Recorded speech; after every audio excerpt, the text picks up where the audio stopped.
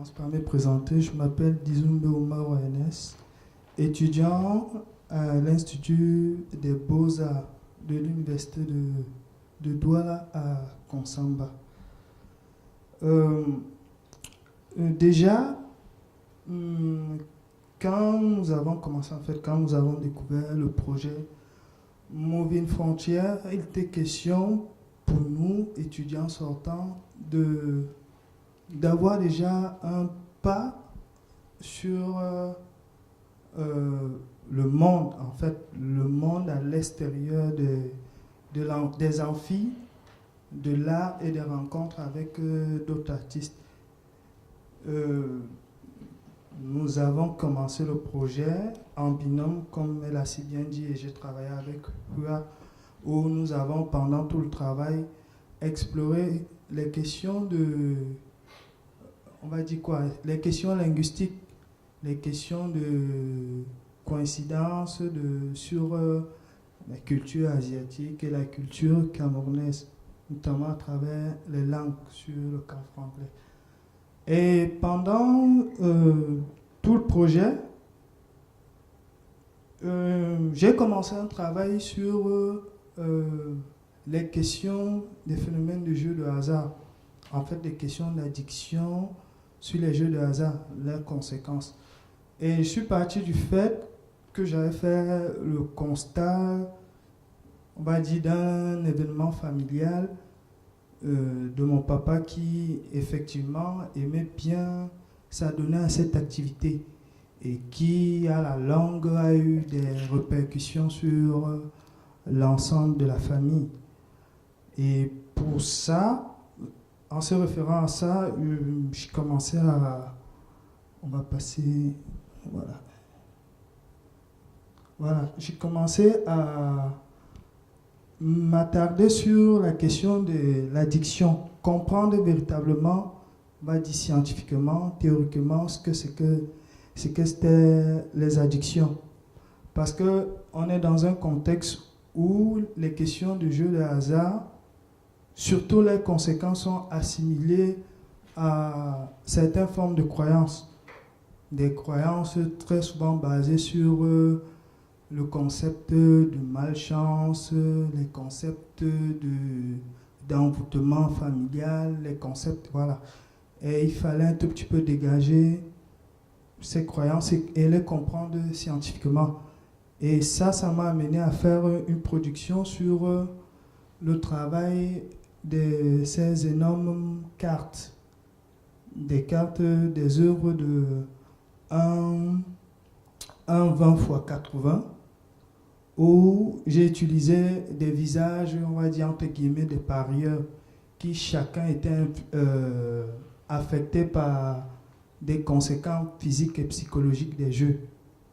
Voilà, et j'ai réuni en quelque sorte les codes qu'on utilise notamment sur les cartes et les codes des jeux de hasard du PMUC, en fait, qui est une dérivée du PMU français, un pari mutuel sur les courses hippiques, et des paris foot, qui actuellement est un jeu qui a énormément pris de la place sur les jeunes au Cameroun.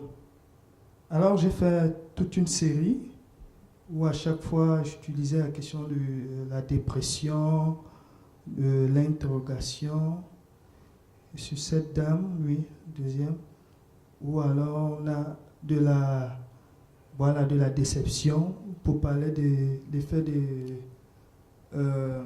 des conséquences indirectes que les jeux de hasard peuvent avoir sur le partenaire, par les questions de la désillusion avec l'autre œuvre. On passe à la suite. Voilà, et aussi interroger, on va dire quoi, la population, les effets sur la population locale, où j'ai utilisé un visage des mototaxis qui constituent l'une des couches fragiles les plus exposées à ce phénomène-là, où on a les cagnottes, on a l'interprétation des éléments l'élément de la monnaie et surtout la présence des, on va dire quoi, des enseignes présentes sur les cartes. Maintenant, ça c'est le travail que j'ai commencé avant Moving Frontier. Et pendant toute notre discussion, on va dire quoi, j'ai retenu que cela paraissait toujours être des préoccupations qui n'étaient pas, on va dire quoi, totalement directes sur ce que je vivais et sur ce que j'étais amené à faire en tant qu'artiste. Puisque dans la position d'étudiant, je suis dans la position de celui qui cherche et qui veut comprendre. Après ce travail, j'ai donc entrepris à la suite d'explorer la question suivante, la question des addictions sentimentales que j'ai nommé toxico-selfie. En fait, c'est un travail qui est en cours, et sur lequel je m'interroge autrement, mais vraiment très personnel, sur le fait que aujourd'hui, à travers entre guillemets, le phénomène de selfie, on entre dans une autre phase d'addiction qui est le contrôle ou la construction de l'image. Un peu comme un jeu qu'on fait avec ce qu'on veut montrer aux autres. Et cette construction-là se fait un peu, je l'ai fait un tout petit peu comme toujours à l'idée du jeu, où j'ai utilisé voilà, le langage des réseaux sociaux, émoticônes et autres. Ça, c'est un travail qui est en cours d'exploration. Suivant. Voilà. Maintenant, pour notre thème, en fait, lorsqu'on nous a communiqué le programme de passage, sur le travail, moi, je ne l'avais vraiment pas vu et j'ai commencé à avoir une autre lecture du même travail, celui de comprendre surtout à travers les cartes, parce que très souvent, tout ce qui tourne autour du jeu, c'est avant tout la fonction ludique qu'on observe. Mais derrière, il y a d'autres fonctions qu'on attribue au jeu. Surtout les cartes, j'insiste parce qu'il y a une fonction divinatoire qu'on utilise tant en Occident et en Afrique. Et c'est là où je me rends compte qu'en interrogeant, en causant avec certains parieurs, la satisfaction n'était pas seulement de gagner des cagnottes. C'était souvent le fait qu'on avait l'impression que ces gens prenaient du plaisir parce qu'ils arrivaient à deviner des événements, à deviner, à prédire, avoir un petit morceau de prédiction, d'un petit morceau d'un contrôle de quelque chose qu'ils n'ont pas toujours pu avoir. C'est surtout ça. Et je me suis dit, tiens, à ce moment, il s'est dit, il ne joue pas seulement pour gagner, il joue à Dieu. Puisqu'il a trouvé, il a deviné exactement le résultat. Parce qu'ils le font, ils sont en groupe et dès qu'ils trouvent soit le chiffre, soit le score, c'est surtout ça qu'ils ressentent. Et là, je me suis dit que de manière inconsciente, cela c'est un parallèle ou bien une passerelle qui se fait avec la pratique, on ne va pas dire ancestrale, peut-être traditionnelle, pas très lointaine, de ce que nous on a connu avec nos différentes coutumes liées à l'art divinatoire. Les arts divinatoires en Afrique, comme tout autre rituel, n'étaient pas seulement des activités folkloriques et comme activités traditionnelles, Hervé Nyangem et Hervé Yumbi l'ont montré, ils avaient une autre place. C'était surtout d'apporter des réponses à des questions sociales. Ça pouvait être des questions liées à la maladie, ça pouvait être des questions liées aux difficultés économiques, ça pouvait... Et c'est de la même façon qu'on le fait avec les jeux. Et les supports traditionnels qu'on utilisait surtout au Cameroun, c'est soit des supports qui s'appuient sur les fossiles, qui s'appuient sur les animaux, donc végétal, minéral, animal, où on a les coris, coquillages, les araignées, ça c'est chez les Bassa, les crabes au nord Cameroun, ou dans les montagnes où on a encore quelques sorciers, ce qu'on appelle les sorciers des crabes, qui utilisent les crabes pour faire des prédictions, l'eau, le sable, les bâtonnets. Moi, par expérience, j'ai eu à observer à quelques reprises les voyants de sable. Ça, c'est une anecdote très proche où, à l'époque où je vivais avec ma grand-mère maternelle. C'était pratiquement dans les années début 2000. À ce moment, il n'y avait pas encore de téléphone. C'est-à-dire, les téléphones fixes, c'était quelque chose de luxueux. Tout le monde n'avait pas accès. Et ma grand-mère, qui était quelqu'un on va dire quoi? Elle était trop maternelle par rapport à mon papa. Pour envoyer, parce que quand on envoyait les lettres, ça faisait 1-2 mois. Avoir la réponse, ce n'était pas évident.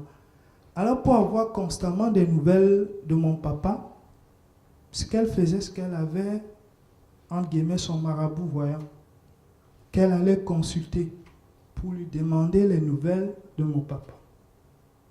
Très souvent, c'est ce qu'elle faisait. Et comme elle ne pouvait pas aller seule, je devais l'accompagner. Et c'était quelque chose dont j'avais horreur. J'étais gamin, je disais, mais c'est quoi cette histoire? C'est ça m'énervait. Mais en même temps, quand j'y allais, j'étais toujours fasciné par la façon dont le voyant utilisait les petits coris, il étalait le sable, faisait des petits dessins au sol et se mettait à faire des interprétations. Alors ma grand-mère, quand elle finissait, elle dit, ton papa se porte bien. Pour moi, c'était amusant. C'était amusant parce que j'allais tous les jours à l'école et j'ai grandi devant la télé. Comprendre que quelqu'un, juste en étalant le sable, se mettait à dire des choses. Pour moi, ça ne passait pas du tout. Ça ne passait pas. Mais avec le temps, plus en passant du temps avec elle, parce qu'elle avait, deux formes d'interprétation. Elle était aussi sujette à des rêves prémonitoires. Donc le matin, elle s'élevait, elle se disait un moment, tiens, j'ai fait un rêve et ton papa ne se sent pas bien. Et elle pouvait insister, elle était vraiment assez âgée, maladie, insister qu'il faut qu'on aille le voir. Il fallait l'aide de mon oncle pour lui dire, tu ne peux pas te déplacer. Elle insistait, tu ne peux pas te déplacer. Et bizarrement, quand il arrivait le mois qui suivait, il expliquait qu'effectivement, il y a telle période, je ne me sentais pas bien, il y a telle. Et là, étant petit, j'ai commencé à m'interroger. J'ai commencé vraiment à m'interroger, mais peut-être même à avoir un peu peur en disant que, souvent on dit que les choses du village, là, j'ai commencé à m'interroger et petit à petit, je ne sais pas, après sa disparition, personnellement, je ne sais pas si on va parler d'hériter, mais j'ai commencé à être sujet à, entre guillemets, ces rêves prémonitoires. Entre guillemets. Et pour moi, c'était juste des simples cauchemars. Quand j'en parlais à la mère, elle me disait que non, il faut faire attention. Si ta grand-mère le disait, c'est que c'était vrai, c'était vrai. Je dis, bon, tout ça, c'est croyance et autres. Mais plus le temps passe, plus c'est devenu fort. C'est devenu si fort qu'aujourd'hui, je me trouve véritablement dans une frontière où je ne sais pas si, étant, on va dire quoi, étant cet homme qui est ouvert au monde très contemporain, au monde rationnel, je dois véritablement encore porter ces croyances qui, entre guillemets, me suivent ou me pourrissent la vie. À un certain moment, c'était pour moi un fardeau, mais finalement, j'ai compris que ça faisait partie de moi. Et ça, je pense et j'espère qu'avec l'expression que j'explore, c'est-à-dire l'expression plastique, je pourrais et j'aimerais continuer à l'explorer, mais véritablement de manière plastique pour pouvoir comprendre véritablement qu'en tant qu'Africain, qu'est-ce que je suis aujourd'hui? Qu'est-ce que je suis aujourd'hui? Est-ce que je dois basculer ou rester sur cette frontière? Voilà.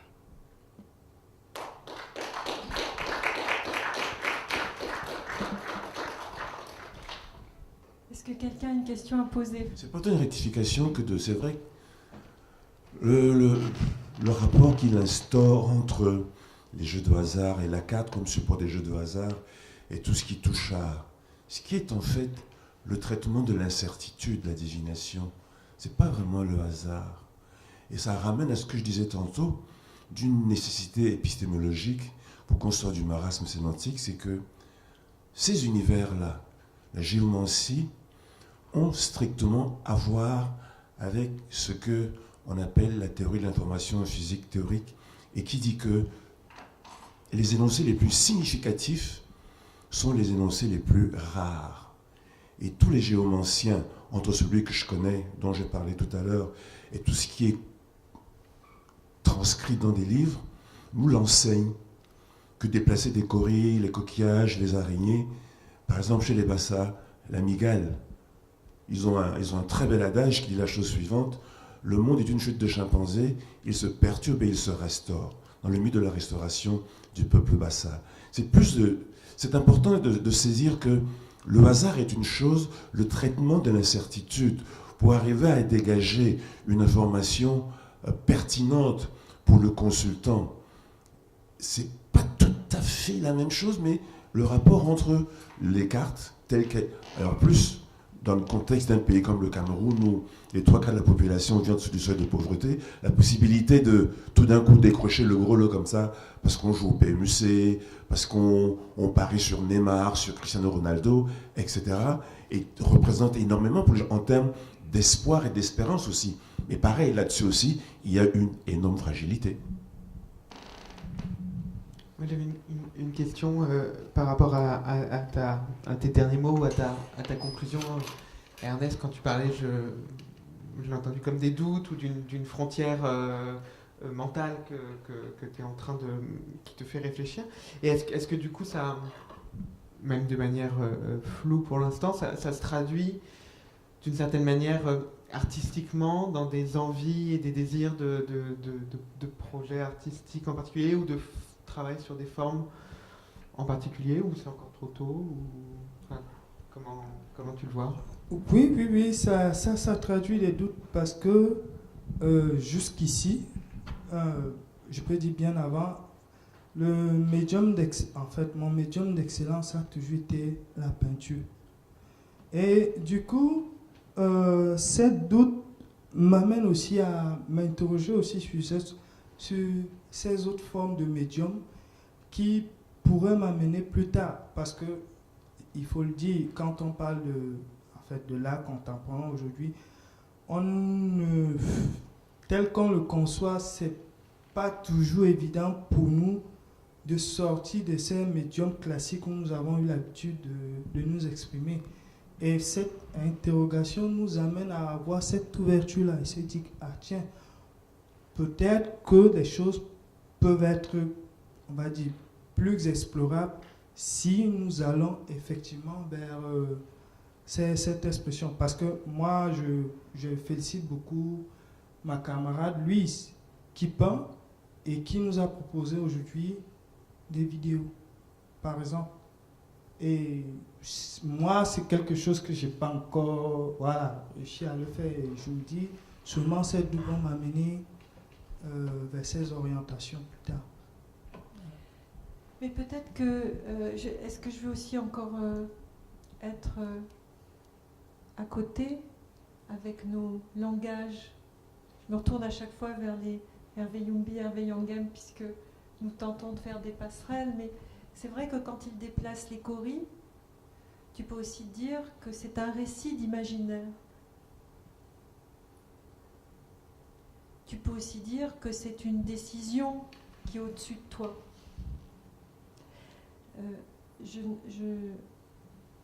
Voilà. Donc, ça vous met dans des positions extrêmement différentes. Si c'est un récit d'imaginaire qui t'aide ou pas à vivre, tu peux te placer dans cet imaginaire, ou tu peux l'activer ou le désactiver. Si c'est une position qui te surplombe, tu n'es qu'au service de cet imaginaire. Je dis ça parce que hier, je vous entendais entre vous nous dire « Ah là là, mais dans la famille, on n'arrête pas de nous dire qu'on a un gros panier, et si on perd nos chances, après on n'en a plus, ou alors il y a le mauvais œil, ou alors il y a... » Enfin, je veux dire, il y a quand même des tas de choses qui, vous, à votre âge, vous sont dites comme pas des éléments de bienveillance, comme parlait ce matin Hervé Yangem, mais des éléments de contrôle. Donc, qui sont des questions très politiques. Oui, je ne suis pas d'accord. Bon, d'accord, oui. Je crois que... Enfin, il faut bien... Ce matin, j'ai évoqué... Ce matin, j'ai évoqué ce que j'appelle, moi, les chartes africaines du réel, parce que le mot cosmogonie me fatigue. Des chartes africaines du réel. Des chartes, avec tout ce que ça signifie, chartes. Et entre ces chartes-là et la position au monde des populations, des hommes et des femmes qui les ont conçues et qui sont des conceptualisations d'une manière d'être au monde, il existe des isomorphismes. Donc, une opération strictement mathématique et qui n'a rien de surplombant de ce point de vue, qui sont des correspondances et qui font que, abordées par le biais dans le monde extensif de la connaissance et cognitif, donc de la théorie de l'information, celui qui déplace des choris, qui poursuit ou qui suit, qui examine le trajet d'une mygale, etc., a à sa disposition un référentiel à l'intérieur duquel il va être capable d'interpréter pour le consultant on va dire, les propriétés de l'espace-temps. Je vais dire ça comme ça. Les propriétés de l'espace-temps. Ça n'a rien de surplombant. Et je trouve simplement que l'Occident, dans sa quête de liberté, between brackets, entre guillemets, se figure, l'immanence est en train de se casser la gueule. Soyons clairs et précis. Faute de transcendance. Okay? Voici des univers qui marchent ensemble à la croisée et de l'immanence et de la transcendance. Oui, mais Lionel, tu as choisi la mauvaise personne. Et je vais t'expliquer. Mais je m'en doute, mais je m'en doute. Non, mais je vais t'expliquer pourquoi. Personne ne sait dans cette salle que je suis fille de médium. Ma mère... Attends. Ma mère était médium. Ça a été terrible dans mon enfance. C'est-à-dire que ma mère me prédisait certaines choses et elles arrivaient. Et à un moment de la vie, quand j'ai 14 ans, j'ai trouvé que c'était tellement violent. Mais pourquoi ? Parce qu'il y a des choses qui arrivaient qui étaient très violentes. Et qu'à un moment donné, je les ai vues comme des choses poétiques. Ce qui n'est plus la même chose. C'est pour ça que je me permettais juste, avec beaucoup de respect, de dire qu'à partir du moment où je les ai vues comme des choses poétiques, comme tu dis, regardez l'araignée, où est-ce qu'elle se déplace,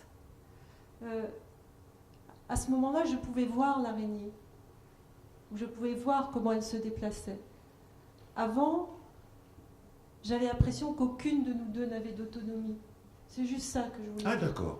C'est juste ça. Donc, je redis que je plaide pour un rapport extrêmement fort à l'imaginaire, un imaginaire qui n'est pas surplombant et qui m'émancipe dans une présence où je me donne le droit de parler. Je voudrais juste... Je pourrais résumer tout ce que j'ai dit par rapport à Hervé Yanguel et Hervé Yombi ce matin. Théodore Monod a écrit un très beau livre, Le sorcier d'Hippopotame, paru chez Actes Sud, dans lequel il rapporte l'expérience d'un voyageur qui assiste à la sortie d'une session d'initiation. Et ceux qui ont le temps de chercher ce livre feraient bien de le chercher. C'est juste impressionnant de voir que, effectivement, ce sont des expériences qui sont en elles-mêmes poétiques, du point de vue de moyenne de faire, de capacité de faire, et d'être au monde, non pas dépassé par des limites, on va dire, du temps et de l'espace tel quel. Parce qu'il me semble aussi que l'être humain a toujours voulu s'extraire de ces limites-là. C'est peut-être une de ces tendances les plus universelles et qui vient de très très loin. Depuis 6 millions d'années que Ororine est descendu des arbres là-bas dans le rift est-africain, c'est de sorte, mais avec une mémoire derrière lui du temps des arbres, etc. Il se pose enfin sur le sol. Mais de s'extraire aux limites des limites du temps et de l'espace. Et je crois que l'initiative, toute l'initiative, et pas seulement en Afrique, donc sur toute la planète, je veux dire, permet d'accéder à cela, à cette émancipation, donc en l'occurrence justement, de ne pas de parler l'un l'autre. De ne pas se sentir enfermé dans les limites du temps et de l'espace. Là, il y a de l'émancipation par l'initiation. Ouais. En tout cas, ça pose une très belle question aussi sur l'écart. Et l'écart, voilà. Et peut-être que tout à l'heure, c'est ce que j'aurais aussi aimé dire. Je voudrais le redire par rapport à cette question d'écart. Je repense au film de Louise, l'écart qui est entre son corps et ce que dit l'homme. Et j'aime vraiment, il y a un philosophe qui a vraiment écrit magnifiquement sur ces choses-là, qui est Jacques Rancière. L'écart entre ce qui est montré ou ce qui est dit, et comment quelque chose d'intermédiaire se construit. Voilà.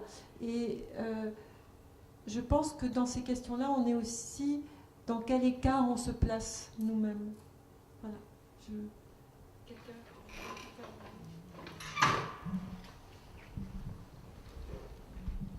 Je vous remercie pour cette intervention. Et moi, ce qui m'a, en fait, sur quoi je voulais peut-être proposer certaines lignes de réflexion et d'approche possible, et de voir comment on peut poser la question de manière différente. J'ai cru entendre que, en fait, j'ai l'impression d'entendre que, en changeant de médium, peut-être on peut approcher mieux un objet qui nous préoccupe. En fait, je le formule comme ça, mais peut-être je me trompe. C'est-à-dire qu'en sortant de la peinture et allant vers autre chose, peut-être on va avoir beaucoup plus de possibilités plastiques pour traiter une question. J'aimerais bien peut-être que tu nous expliques un peu plus cette démarche, mais à ce qui me semble personnellement, ça fait poser la question de la perception, c'est-à-dire une question qui me taraude longtemps. Qu'est-ce que ça veut dire percevoir quelque chose? Pas en tant que plastique, mais en tant qu'imaginaire, comme que tu l'as dit, en tant que mots. Les mots sont des images, ou bien une peinture, c'est une image, c'est-à-dire ce qui inclut beaucoup de schèmes d'analyse. Et la peinture, par exemple, c'est un espace possible de traiter ces questions. Est-ce que tu penses qu'elle est limitée à traiter cet objet-là dans lequel que tu travailles, et peut-être c'est un autre médium qui permet ça? Je ne sais pas trop, c'est juste des questionnements. Mais en même temps, je voulais revenir sur la peinture aussi. La peinture n'a pas toujours été un champ qui veut représenter, qui veut figurer des choses. Je pense que la peinture ouvre des possibilités aussi. Par exemple, si on prend en fait, je vais parler de l'univers caribéen. Par exemple, si on prend les vévés, des vévés, est-ce que c'est de la peinture, c'est du graphisme? On voit quelque chose, mais je ne sais pas si tu as fait l'expérience de voir des vévés. En fait, des vévés. Non, ou bien j'annule si tu n'as pas vu encore. Non. Bah, c'est des tracés, en fait. C'est des tracés qu'on peut faire par terre, par exemple. Des tracés, des vévés qui représentent des divinités. C'est-à-dire que sans geste, a priori, ça donne corps à des choses, mais ce n'est pas a priori représentatif ni figuratif. Donc, est-ce que c'est abstrait? Je ne sais pas. On peut mettre des mots qu'on veut, mais déjà, il y a un geste de création qui se passe. Bon, je ne sais pas ce que c'est, mais qui entend induire une certaine relation entre ce que moi je perçois et ce que je veux qu'il soit perçu. Bon, donc je parle de ça. Et puis, même dans d'autres types d'images, par exemple, des taïnos aussi, qui voudraient proposer des traductions d'imaginaire. En fait, ce que je veux dire, c'est dire que ma position, je ne pense pas que c'est en changeant de médium qu'on traite la question, qu'on traduit plastiquement. C'est-à-dire, est-ce qu'il y a vraiment nécessité de laisser la peinture pour aller vers la vidéo pour traiter cette question-là? Oui, et nécessité plastique, je veux dire. Non, mais c'était parce que, je suis obligée d'un petit peu intervenir, c'est quand c'était pas la peinture en fait.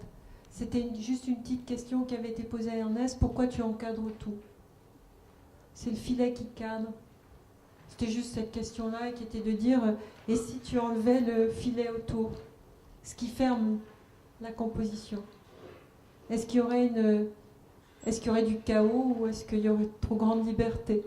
C'était juste ce type de discussion très, très chouette, je dois dire, sur le contrôle ou le non-contrôle. C'est vrai que il y a une immense liberté aussi dans un cadre de peinture, mais il y a aussi le bout du cadre et que peut-être parfois c'est vrai que dans notre école, souvent on pousse à ce que les gens n'aient pas forcément toujours le même médium, mais en tout cas mes étudiants, que parfois on peut changer de médium parce qu'il y a un besoin urgent à un moment donné de pouvoir le dire d'une autre façon. Voilà, c'est juste ça.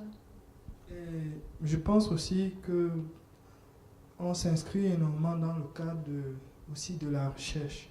Et quand on dit la recherche, c'est en fait qu'on est aussi dans le monde de toujours des incertitudes.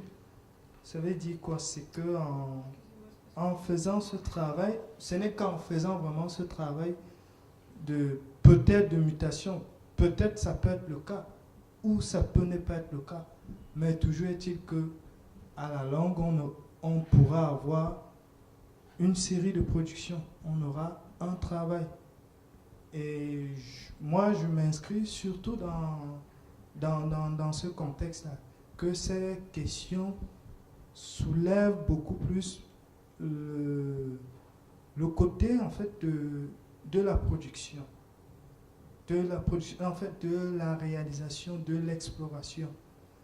Sans se dire que voilà, j'ai mon champ tel que je regarde, ce n'est que le nez dans le guidon, ça va. Et surtout qu'en peinture, on est censé constamment se remettre en question. En fait, pour moi, c'est ce que je pense. Voilà. D'autres questions? On peut... Oui, il y a une question. Nous avons un peintre qui s'énervait. Ah d'accord. Donc j'ai pas vraiment de question parce que je trouve que ça a été très clair tout ce que tu as dit justement. Et c'était plus pour... Enfin moi j'étais plutôt franchement assez séduit, je suis assez sensible à la recherche sur les problèmes du jeu de hasard et dans ton entourage et le fait que de mettre ta pratique au plus proche des questions, des choses qui te sont personnelles, de tes questionnements. Et donc en fait c'était juste ça, je trouvais ça super et du coup voilà, c'était juste pour... J'aimerais bien voir comment ça va évoluer par la suite, quoi. Il y a encore Hervé Yangam qui veut, et puis on arrêtera là. En tout cas, merci de dire que ça t'intéresse, parce que c'est toujours important. Merci.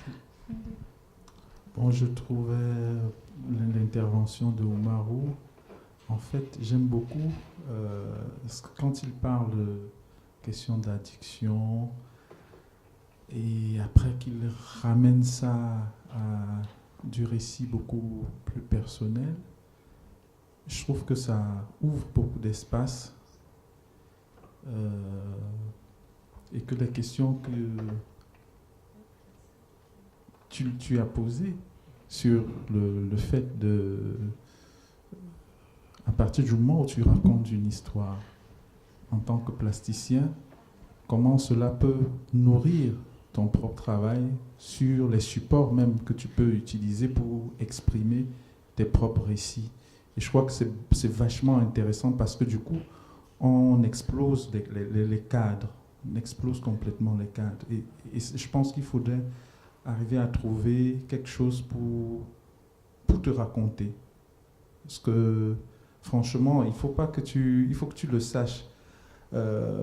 Moi, j'ai beaucoup d'amis qui sont des personnes, chez nous on appelle ça l'inkamsi, les prêtres de Dieu, et que toute notre société, en tout cas, bonne partie des populations africaines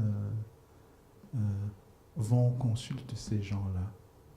On ne peut pas imaginer ce qui se passe, même quand les gens vont dans les églises réveillées ou à l'église catholique, ils continuent de revenir chez ces prêtres-là parce que effectivement leur nombril, je pense, résonne plus de ce côté-là.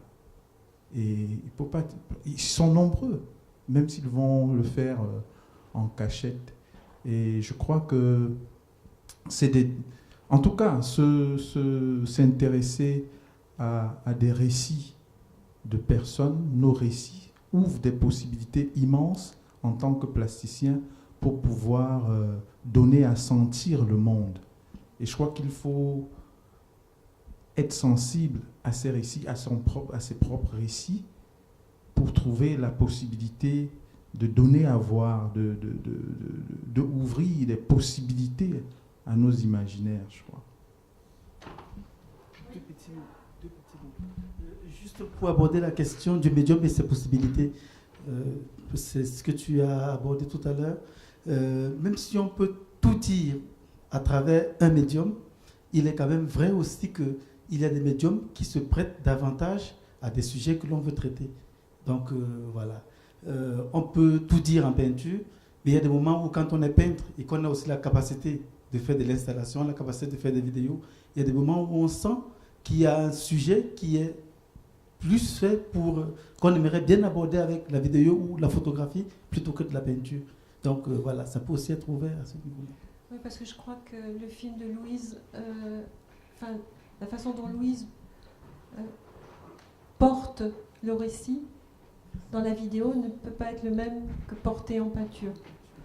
Et en tout cas, j'ai moi la nette impression que je suis dans le cas de Louise dans une présentation et dans le cas d'Ernest dans une représentation. Et pour moi, ça veut dire que la place du corps n'est pas au même endroit. Et il n'y a pas de critère mieux ou moins bien, simplement ça ne parle pas du même endroit.